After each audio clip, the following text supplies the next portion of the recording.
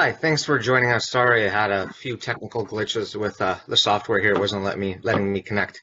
So like I was saying before, we're joined here by Ramin and Michael from SKU Agency, which is one of our tech partners from Shopify. Uh, what they do is they specialize in getting stores live with Shopify and helping them um, master their e-commerce strategy online. So before we get started with the questions, we had a lot of people respond to us. I'm going to allow Michael and Ramin to kind of discuss more about who SKU Agency is and what they kind of do in the e-commerce space.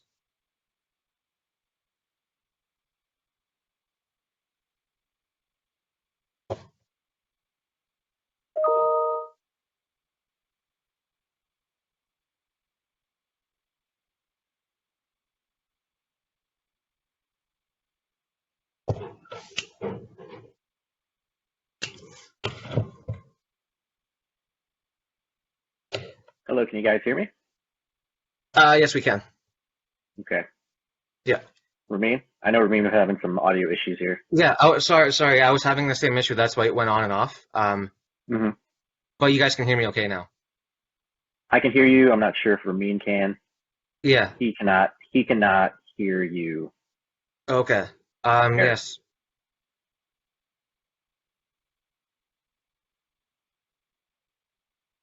It's the first time on this aging system. Good. I can hear. Hey, here we are. Okay. All right. All good. All right. We can all hear each other now. So yeah, sorry to our attendees. Sorry we're having issues with audio. But now that we're all here, as I mentioned before, this is a series that we're doing with our Shopify partners. So Ramin and Michael are both operating SKU Agency.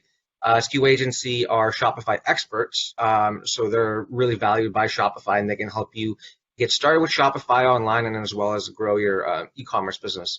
So without taking too much thunder away from you guys, now that we're all able to communicate with everyone, before we jump into the question, I'm going to open up for you guys to just kind of talk more about SKU Agency, who you guys are and what you do.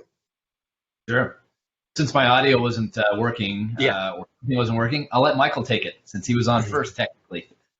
Yeah. So SKU Agency, we're an e-commerce agency. My elevator pitch to everyone that we speak to is, if you sell something online, we help you do it better through design, development, strategy. And that's kind of the gist of it. Our services that we offer, obviously design development.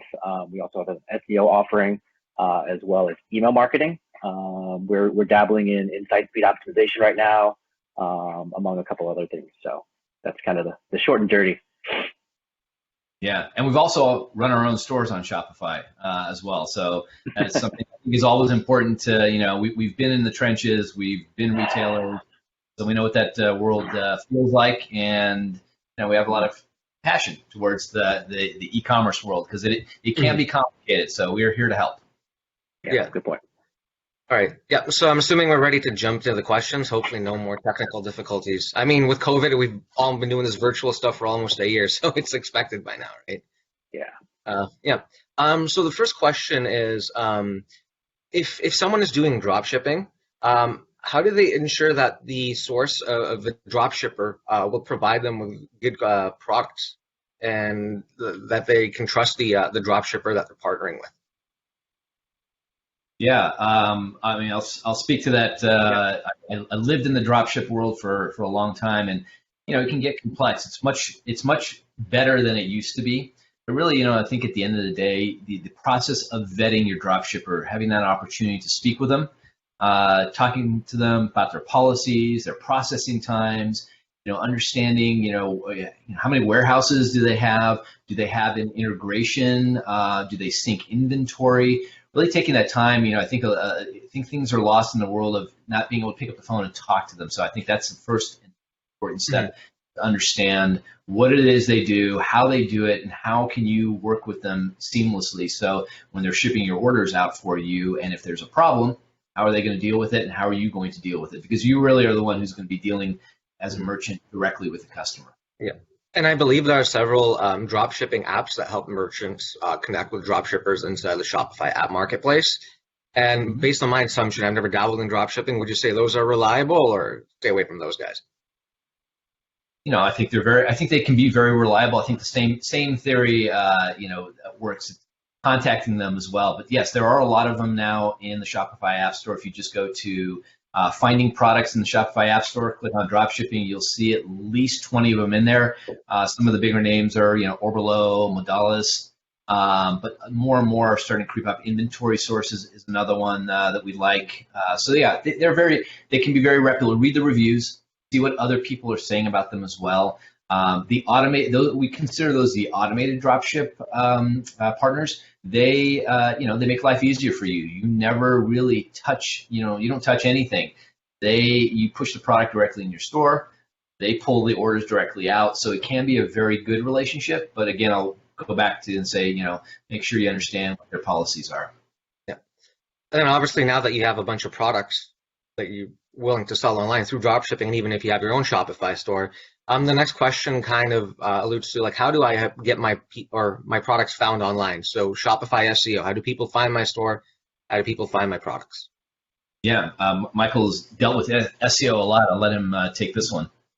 Sure. So for Shopify or any e-commerce site, it's kind of all the same from SEO best practices. You want to apply the general best practices like having your title tags and your meta descriptions in place. With that, you're going to want to do some keyword research. You can use tools like Ubersuggest. I think Google Keyword Tool is still a thing to find those keywords for your title and your meta descriptions. Just remember, title tags actually have like an effect on SEO, whereas meta descriptions do not. Those are more or less just kind of call to action type of verbiage. So the title tag should have the keyword. The description should also have the keyword, but the description should act more or less like a kind of sales pitch for why the user should click through to your site. And also having content on your site that supports your product. Again, having keywords to kind of build off of is important there. So make sure that your blog is intact and you have a blog strategy. Putting together a content calendar is super helpful for that. So just kind of, get the ideas, get the things that you want to speak about on the blog, and kind of align it with your calendar, and try to push out content frequently.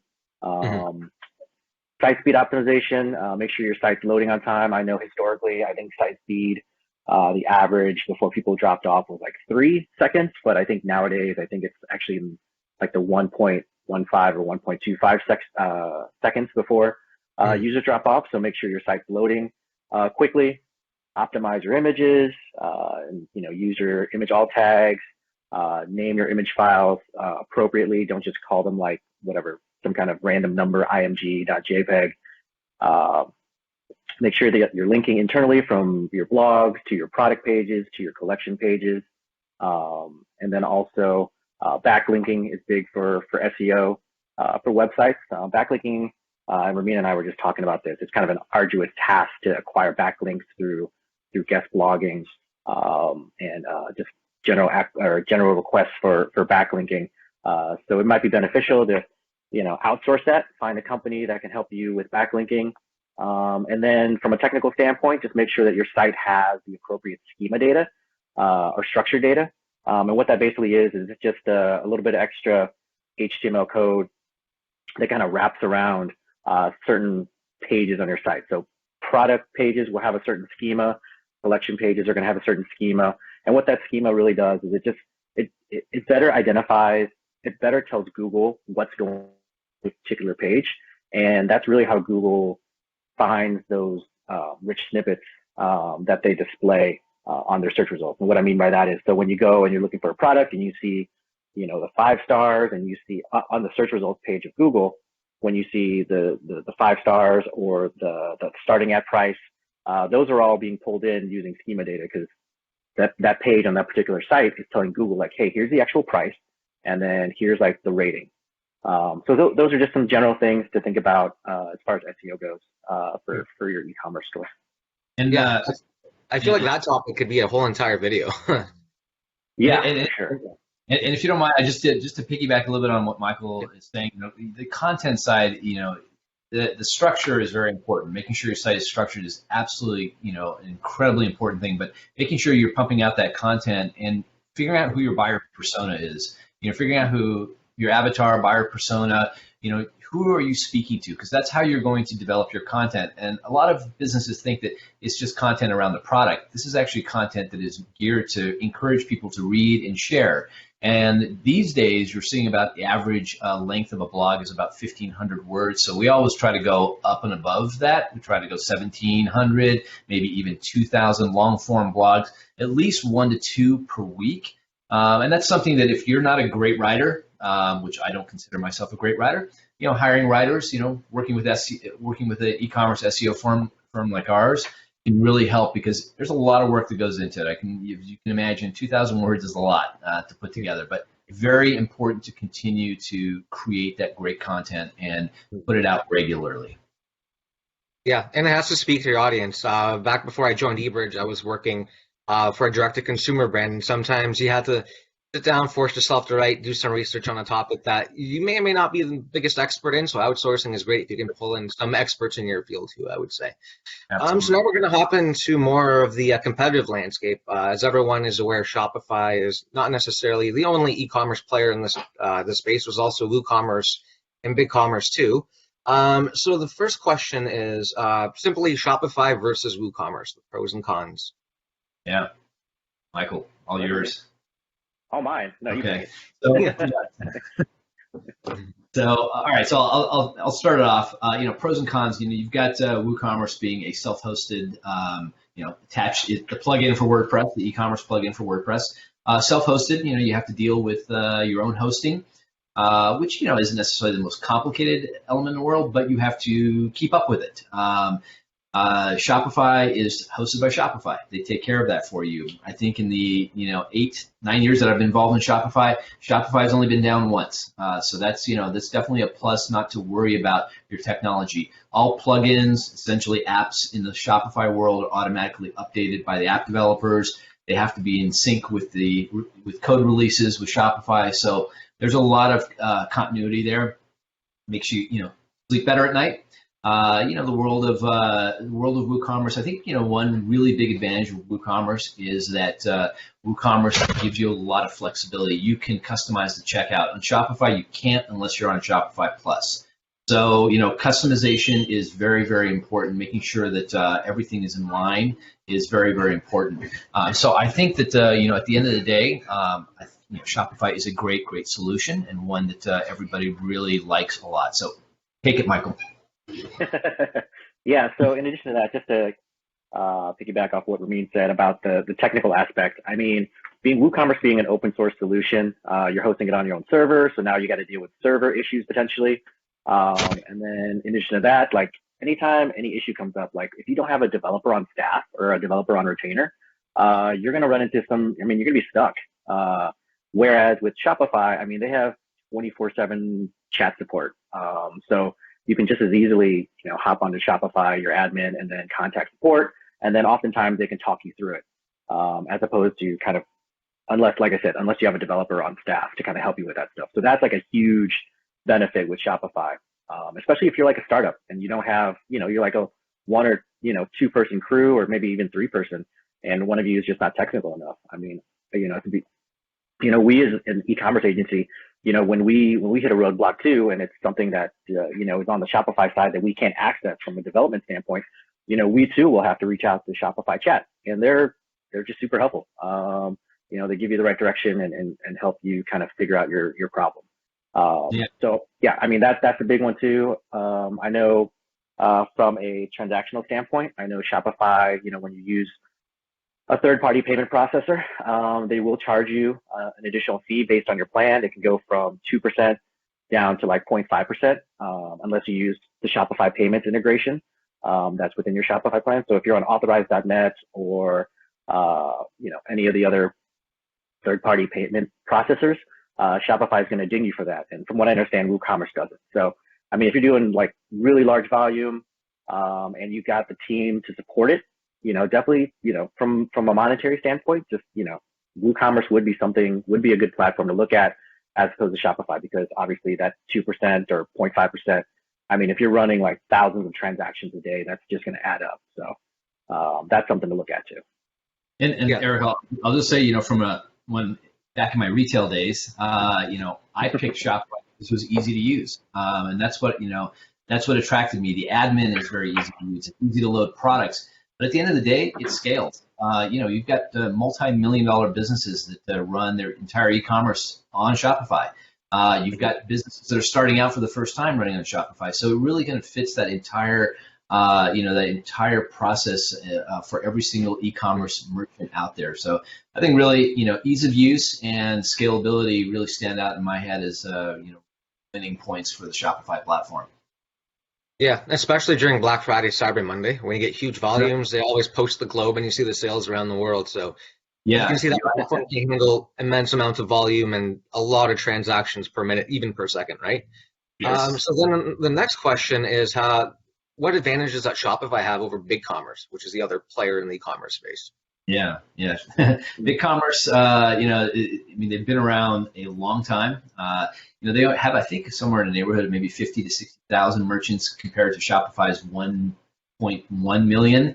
It's a good platform. BigCommerce is should never be considered considered a good platform where it differs from Shopify. I think Shopify again has done such a good job for the merchant, making sure the admin is easy to use, making sure processes. When you look in BigCommerce, it looks very different. There's a lot going on in there, and sometimes a lot going on can be perceived as hard to follow, more complicated. So, that's some of the areas, and there's also the app side. The Shopify App Store has over 5,000 apps that have been built.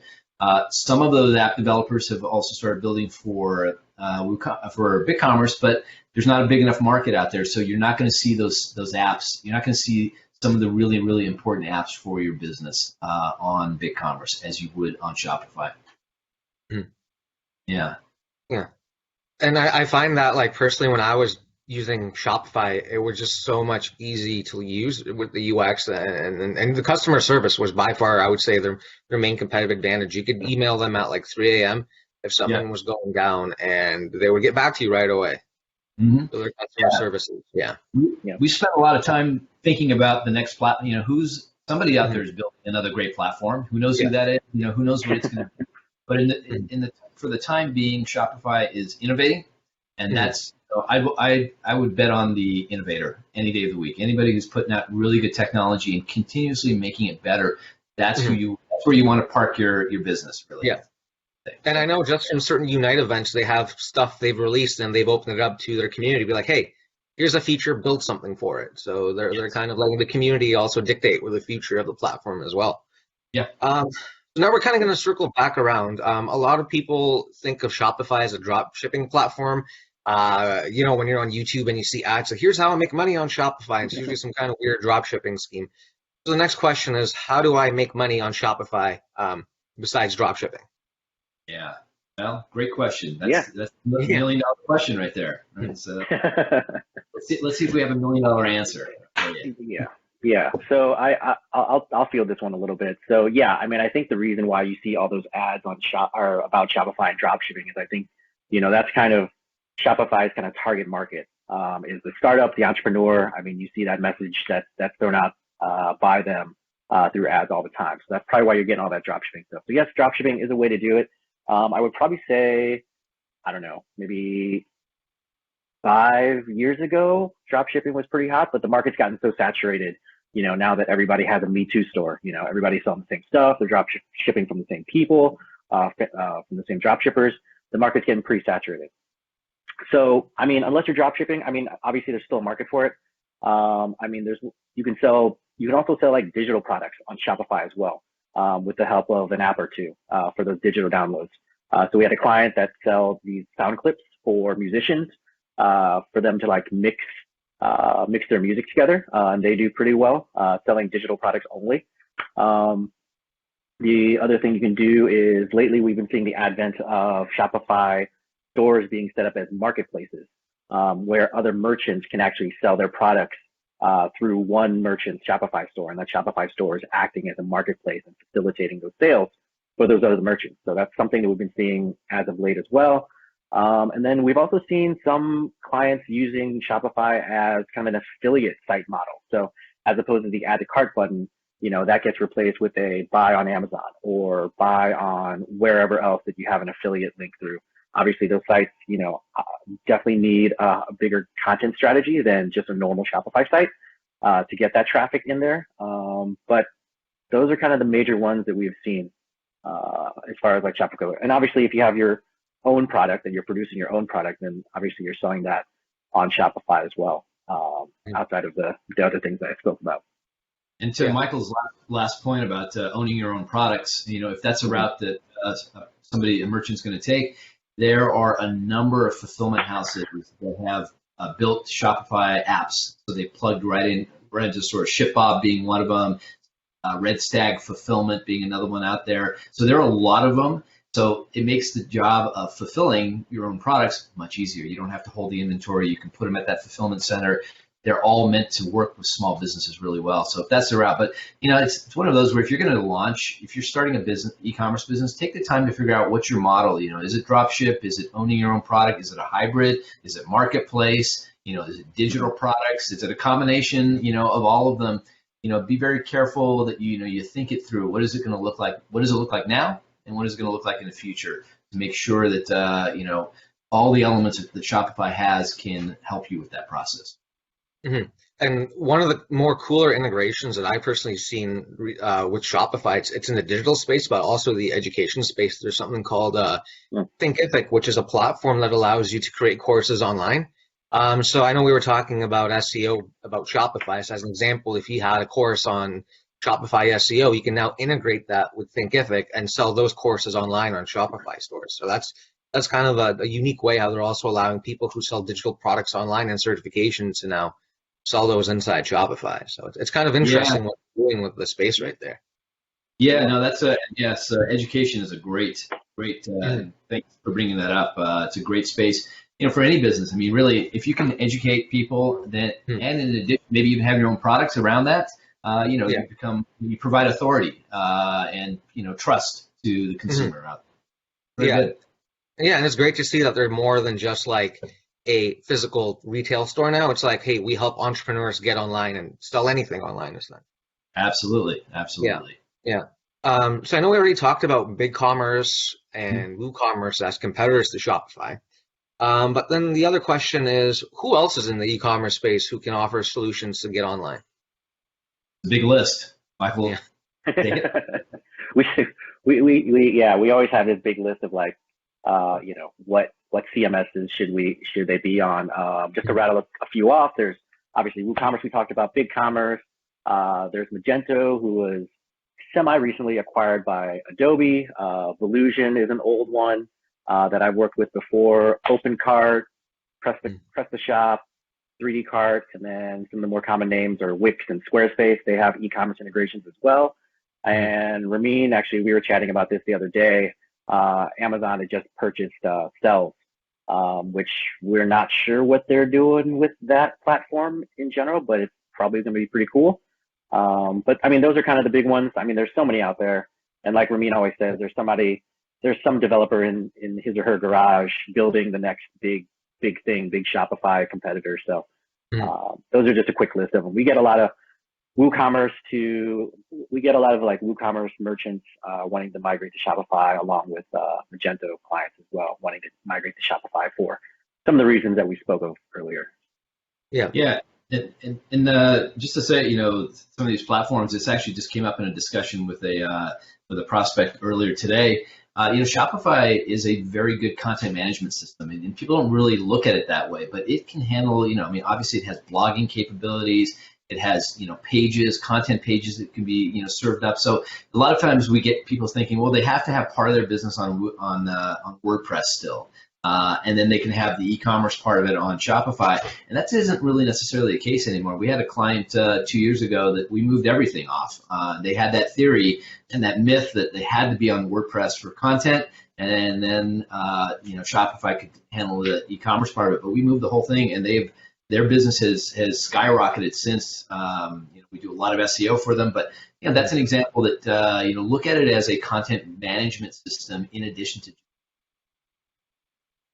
Mm-hmm. The one that I'm pretty excited to see what's going to happen is Squarespace. They're heavily investing in their advertising, and they're targeting the average person. I don't know if you guys seen the ad that premiered around Super Bowl, but they're taking the whole concept of like, what are you doing between 5 to 9 instead of 9 to 5? And they have that Dolly Parton song play.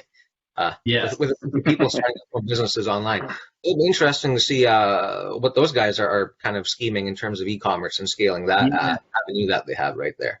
Yeah, they're still, they're still lacking a little bit in the e-commerce side of things. They don't have automated taxation or tax rates built in. But yeah, I mean, they see what's happening, and they want to see that $1,500 stock price too. I'm sure at some point too. Yeah, everybody wants to see that. I know BigCommerce wants to see that too, right? So they recently around $85, I think, for a while now. Yeah. So I know we talked about some of the competitive advantages that Shopify has, and one of them was the app marketplace. So if you were to recommend any apps, any must-have apps that kind of any Shopify store would want to have in order to scale and grow, what would those be? Yeah. You love this part. Oh, I do. Yeah. So I guess, obviously based on your product offering, what you're selling, and your strategy, there's tons of apps out there. I think there's pushing close to 6,000 Shopify apps in the Shopify App Store right now. But the ones that we do recommend as part of like the foundation when clients come on board and they're not really sure, what applications to download. One is the product review app. Product reviews obviously are huge with e-commerce, and obviously, when you go on Amazon, you're looking at those reviews and you're reading through them. So that's really big. You definitely need to have product reviews on your website or on your e-commerce site. So we always recommend that they download one of the apps for product review. Shopify has one. We don't really recommend that one. It's not great, but there are a couple of other apps out there that are pretty good that we recommend to our clients as well. And then also an email marketing app. Granted, when you're first starting out, you might not have an email list, but we always advocate at least collecting those emails somewhere into some kind of email marketing software. So when you do decide to start marketing, or when you're ready to start email marketing or SMS marketing, depending on your platform, to the customer, that you at least have that database already. I mean, if you go without it and you're losing those emails, you're losing those customers that have come through and shopped with you. So definitely have an email marketing app set up that connects to an email marketing platform of your choice. We're Klaviyo partners, so we use Klaviyo just because they are, or Klaviyo, depends on where you're from. But we use Klaviyo just because they're geared toward e-commerce. They have great flows, automation, segmentation, which is obviously a service that we offer as well. And then recently we've been making sure that clients have some kind of accessibility solution on their sites. I think we've run across, I don't know, Ramin, maybe 2 or 3 clients that have been approached by, a lawyer or legal team citing that the website is not accessible. I'm not sure where this kind of influx of like accessibility has come from. Obviously, it's always good to have your site accessible, or I think it's mandatory, but recently we've seen an influx of complaints and I guess they're called lawsuits from lawyers about accessibility. So we advocate an accessibility app, and we advocate the app because manually getting your site accessible is a huge undertaking, whereas some of these applications that we recommend kind of sit on top of your site and kind of they crawl your site and kind of make everything accessible and up to the ADA compliance regulations for websites. So those are kind of the 3, but there are thousands out there that you could download. Yeah. We generally, we try to stick with the core, especially with clients that are coming to us who don't really know what they need. Because you could get, we've also popped into new clients that we've taken on that have already been on Shopify, and you see somewhere in the neighborhood of 20 or 30 apps installed on their store. So you got to be careful. It's always good to do an app audit in a business, because you can add a lot of these apps. That shouldn't be the reason to add them. Really think about the use case. Why do you need them? What is the purpose of them? Because they add code to your site, and they'll ultimately, result in slowing down the site if you add too many. So just, be cautious, think it through, talk to an agency like ours, and, we'll have our opinions on what should be put in there. But that accessibility is a big problem out there right now, one that should, every merchant should pay attention to, because lawsuits are happening all over the place on these, and they're expensive. They're very expensive. And I think lawyers are they smell money too in this situation. It's sad that this is happening this way, but sites should be accessible as a courtesy, not because lawyers are coming after you. But that's our bandwagon. We tend to get a little upset about that, but it's important to make sure your site is accessible. Yeah, and speaking of like the multitude of apps that people have, I've seen some of the more bigger players that were kind of focused on just offering like one kind of functionality, like pop-ups. Now they're starting to add other functionalities which are replacing some of these smaller apps. So if you're worried about like the code overwhelming your website, you can pivot to one of these larger apps which offer all the functionalities that you might be getting out of, say, 3 or 4 smaller apps. Yeah, no, I think that's smart app developers, right? Paying attention to what's happening in the marketplace and consolidating, kind of bringing in the functionality that exists in smaller apps because they don't want their clients to jump off and go grab that other app too. So yeah, smarter business practices out there by app developers. Yeah, and I still remember the whole panic when MailChimp and Shopify had the divorce. Everyone was like, what am I going to do? Am I going to use this small little app that connects all my info back into MailChimp secretly, or am I going to pivot to like Klaviyo or some of the other guys? Yeah, that was quite the time. Yes, that breakup was not good. I mean, both businesses decided to do it for whatever reason there was, but Klaviyo emerged as the winner ultimately at the end of the day. Yeah, that was an interesting time. Yeah. And then the next question is kind of the last question to like kind of summarize everything. A lot of people are concerned about conversion rates. They have the products, they've done the marketing, their store's optimized for SEO, but people are just not buying. And like, what is preventing their conversion rates from being where they want them to be? Yeah. You want to take this one? Absolutely, yes. So conversion rate is, yes, it is a big problem out there, and you have a lot of issues around cart abandonment, people getting to the cart and not taking action. But when we put together a site, we really hone in on conversion. How do we get them? Generally your homepage is your most traffic page. How do we get them from the homepage? How do we get them through to the product page and then ultimately into the cart? But there are definitely some factors that come into play. Trust is very important. Making sure you have trust indicators on your site, whether it's organizations that you're a part of or some of the trust, you can essentially buy trust indicators. As in your site has been scanned and everything looks good. That allows for definitely some elements that can help. Site speed site speed is very, very important. Making sure you have these call to actions. It's funny. We sometimes we'll look at a product detail page, or we'll look at a cart page, and the checkout button is so small. Make it big. Use colors that are very prominent. This is psychology. You're also dealing with people. Make sure they understand what you want them to do on your site. Make sure your USP, your unique selling proposition, is very clear. What is it that your business is about? What are you trying to do? What are you trying to offer people? And then also just remove as much friction as possible. Just look at it. Look at your site as a user. Go on your site and start on the homepage and work your way all the way through and look at these particular areas and see if you're getting stuck. So if you're getting stuck, your customers are getting stuck. And we'll oftentimes do a conversion audit for new clients that come on board and try to remove as much of that friction as possible. And then lastly, dig into your data. Your data is going to tell you what's happening. We were looking at one of our clients the other day. We noticed that one of their blogs that we had really been heavily promoting had a huge bounce rate. So we looked at that and said, all right, could be the content. We're not totally sure what it is, but let's at least start leveraging maybe some email capturing using an exit intent, people trying to leave the site. Let's try to get them and then communicate with them about the business through email marketing or through SMS. And let's get them back. They obviously came for a reason. They left for a reason, but let's try to pull them back into into the family. But trust indicators, site speed, important to have those strong call to actions. Make sure your USP is in place and it's very clear. And then ultimately remove friction and start looking at the data. Start looking at Google Analytics. Make sure you have Google Analytics installed. It's a big one. We noticed a lot of clients don't have it installed or not installed correctly. Yeah, and I'll speak to the call to action and the friction a little bit too, just because that's one thing that really bothers me.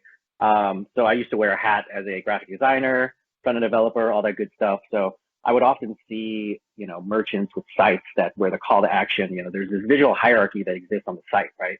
Like when you land on a product detail page, I mean, some of the most important things are you're going to have your product image, you're going to have your title, price, product reviews, obviously in your call to action, your add to cart button is traditionally the call to action button on there. Make sure that it's prominent. There's a visual hierarchy when people read.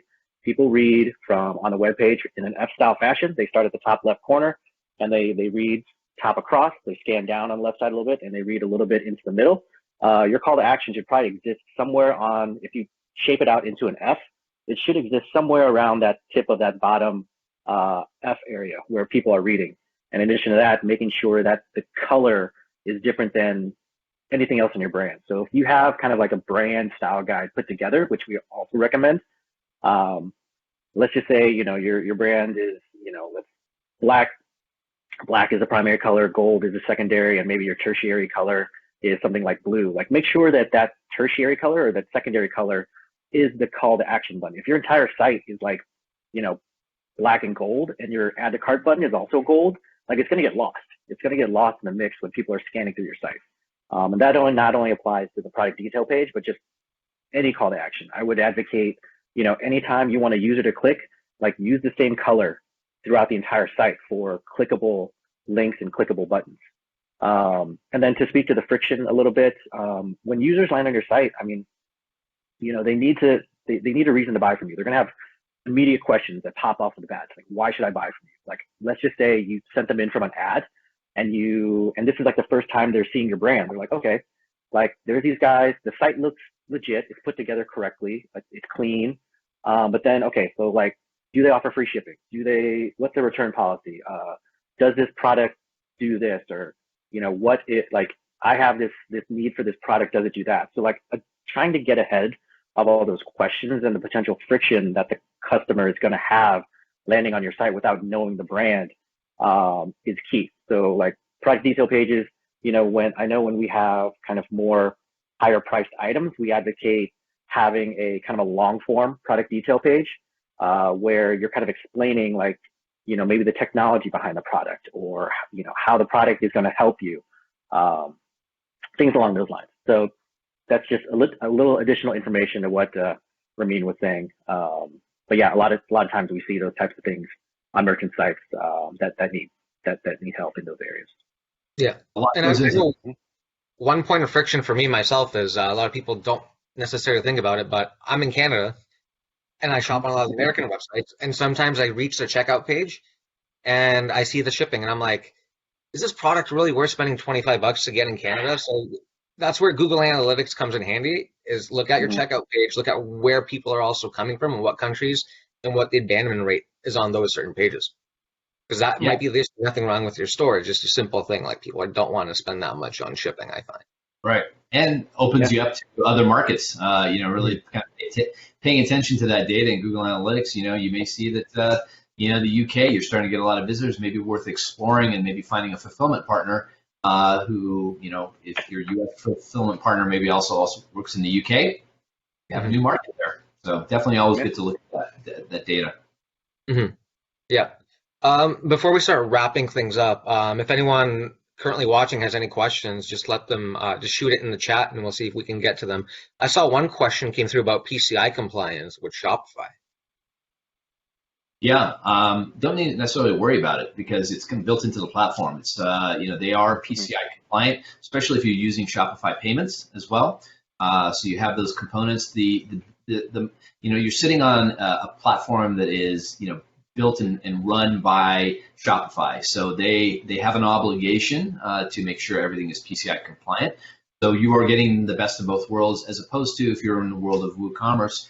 You make sure the server, you're on a server, you've downloaded the WooCommerce plugin, you've got all these other elements of plugins, so it makes PCI compliance much more complicated and much more important to deal with. But generally in the world of Shopify, it's good to go. And that's what they want, because that is a complex topic, and they don't, that's a friction point that if merchants have to worry about that, on top of everything else you have to worry about running your business, that would slow you down. Yeah. I don't see any more questions right now. So just to end things off, where do you guys see Shopify kind of going next with their platform? What's next for Shopify? No, that's a great question. We think about that a lot. I feel, more, possibly more, they'll start paying more attention to the content side of things, making that whole CMS talked about. I mean, blogging is very important. They've got some elements that are okay in the blogging side, but they could do a lot better to make it, more of a streamlined blog. Content marketing is so important. I think that's where, an area they're going. I think they're really heavily relying on their app developers out there to develop better apps. Every piece of content we see on the partner side is encouraging more app development. So, get you thinking as an agency, should we build that app? Should we add this? What's missing out there? Which I really like. They really make sure that their partners, take a really important lead in the process of e-commerce with merchants out there. They're probably going to start just fending off competitors too. They're coming at them more, faster and faster. So they just need to make the technology. They're focusing on site speed, making sure the platform is really fast, making sure that apps clean code. That's an area. Apps are better vetted, but they have a lot of good things going for them right now. And if you're considering Shopify, I think it's a great platform to focus your business on, because it will scale with you. But and they're going to continue to innovate. Just what they do. Yeah. Very well. Mm-hmm.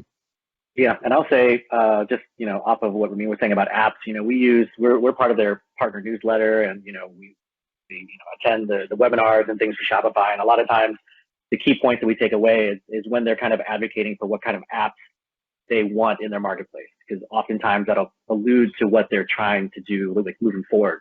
And I think one of the latest meetings we had with them was, they're advocating these more like in-depth, like logistical fulfillment, 3PL type of applications that are helping merchants kind of in the fulfillment process, in the long-term like logistics type of thing. Previously when Shopify just started coming out, they're like, hey, we need some pop-up apps. Hey, we need like subscription apps, like really, really baseline kind of newer merchant type of stuff. But now they're talking like these are applications and these are solutions for like big multi-million-dollar companies. So I really feel they're pushing that, and obviously they're always pushing Shopify Plus, which advocates more to the the bigger clientele. So I think they're at least this year and maybe next year they're probably honing in on kind of the upstream, the higher price point, the higher revenue merchants as of right now. So.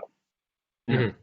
Yeah, and personally, I'm kind of excited to see if they're going to be able to scale the Shopify fulfillment network that they launched. Yeah. That will allow a lot of, especially higher volume merchants, to kind of stop relying on Amazon as like, how do I get this product the fastest to my customer? So it could help them compete with FBA sales that way. So I'm excited to see if that kind of grows. And then I see one more interesting question that kind of came in that is more about the work that you guys do. So do you guys rely on themes that are pre-built in Shopify, or do you also do custom themes for Shopify stores for your clients? Yeah, a little bit of both. Combination. We've got clients that want customized themes. They want to look very different than everybody else, and then we have other clients that are very comfortable with some of the. I mean, there are really beautiful themes out there in the Shopify theme store. So it's a matter of, with those, we tend to find, at least 2 to 3 themes that would work well for a business and recommend those to the client. But it's a combination, and that's that points again to Shopify. That's you can do a fully customized site, and then you can also just do a theme-based site. You can do both. Yeah. It all depends on your budget too, right? If you're just starting out at home, you can pivot, use the theme. You reach out to an agency, help you modify it. But if you want something custom, something that is uniquely you, spend that extra money and get that custom theme, because that'll be the only person with that theme, right? So absolutely. And I'll speak to the service a little bit that we offer. I mean, to your point, Eric, when budget's involved and it's a lower budget, we definitely kind of promote the get this theme. Like when we'll have the client kind of look into the theme marketplace, we'll suggest some themes that fit with their brand. They'll pick the theme, and then we can kind of tweak it. Obviously we have the development resources to where like, hey, this theme natively doesn't do this. And it's like, we build it in. And then obviously we make it, we kind of configure it and kind of create the designs and everything to make it look like it's not coming from the theme store. I think the pitfall that a lot of merchants fall into is when they download a theme and they kind of, and without having a background in design or anything like that, the theme kind of just winds up looking like a Me Too store. And that's when you lose that's like a cascading effect of like losing conversions because this, the site looks stock and no one's put a lot of love or TLC into it, things along those lines. So yeah, I mean, even with the theme download and the minor customizations that we help the client with, that turns out, those sites have turned out to perform pretty well for us too. And yeah, to Ramin's point, custom. Yeah. I mean, if you're a big brand, you have a lot of features. Yeah. We're happy to build out, whatever you need to happen on that site. Yeah. You know what? I'm actually happy we got to do this today. On our end, we received dozens upon dozens of questions, so glad we got to answer those ones. I know some people didn't get their questions answered that they submitted simply because of time constraints. I know if we had all the time in the world, we could answer everyone's question. So gentlemen, what's the best way to contact you with any specific Shopify question? Best way, hello, SKUagency.com. One of us will, somebody in the company will answer a question. Generally, Michael and I get involved in everything because we're very passionate about commerce. So we've got a few things to say too. Yeah. And from my end, I'll personally be sending this out to everybody who registered. So you guys can revisit these questions. There'll be contact information from Ramin, Michael, and SKU Agency involved in that. So that brings us to an end of this AMA. Thanks for joining us. Hopefully you did get your question answered and you attended to see it live. And until next time, have fun and see you later. Yeah, and Eric, thank you very much to you at eBridge for making this happen. Appreciate it. No worries. Yeah, we support our partners and love connecting and discussing